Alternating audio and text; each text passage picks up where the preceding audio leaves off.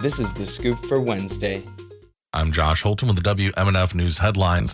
For the first time ever, a new IRS tax tool will allow taxpayers to file their federal taxes for free.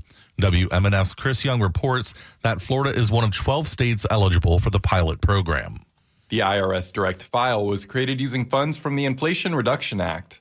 It's estimated to save taxpayers an average of at least $150 and 9 hours every tax season. Igor Volsky is the executive director of Groundwork Action. He says it's a long time coming.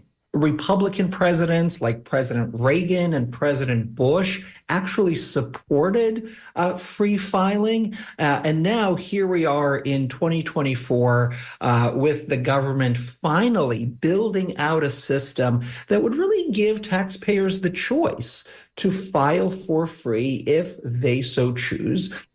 The program has received support from various organizations, including labor union group AFL-CIO and Latino advocacy group Unidos US, but it's received major pushback from the tax prep industry.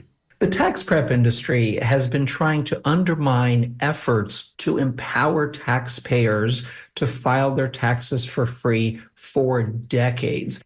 One of the main offenders is Inuit's TurboTax. They've lobbied against tools like this for years. In January, the FTC found that TurboTax deceived customers by promoting what they called free tax products that very few people were eligible for. In response, Better IRS has launched a campaign promoting this new tax tool, including a video commercial. Doesn't free sound better? See if you're eligible to file for free at betterirs.org/file. The program is for taxpayers with relatively simple tax situations.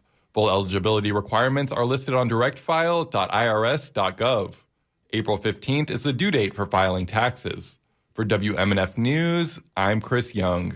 Disney's proposal for a 1,400-unit affordable housing project is headed to Tallahassee for state approval. Orange County commissioners passed a motion last night, but not everyone is happy.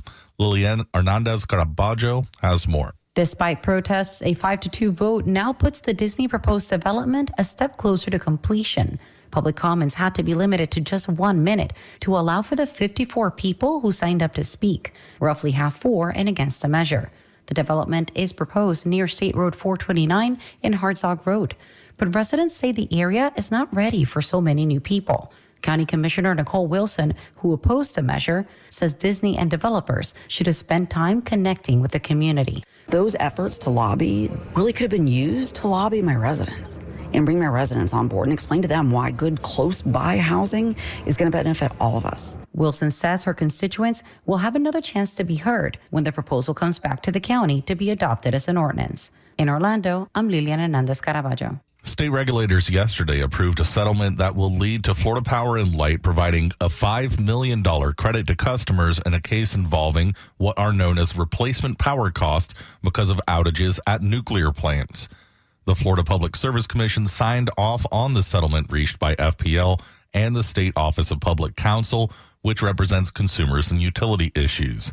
It stems from unplanned outages in 2020 to 2022 at FPL's Turkey Point and St. Lucie nuclear plants.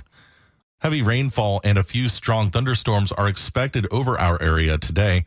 Meteorologist Megan Borowski from the Florida Public Radio Emergency Network explains. Surface low pressure is developing along a front that tracked into the Panhandle and stalled last night. Now, as this low deepens and it funnels humid Gulf air northward, we are expecting widespread rain and thunderstorm activity over the eastern Panhandle, the Swanee Valley, and parts of the Florida Peninsula today. Now, for Central Florida, we are monitoring the risk for strong thunderstorms to arrive this evening, and those storms could produce damaging winds or even hail.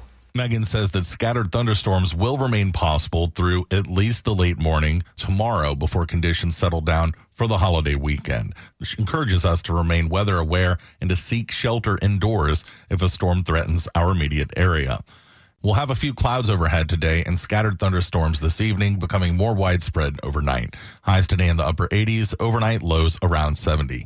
I'm Josh Holton with the WMNF News headlines. This is The Scoop, recorded at WMNF Tampa.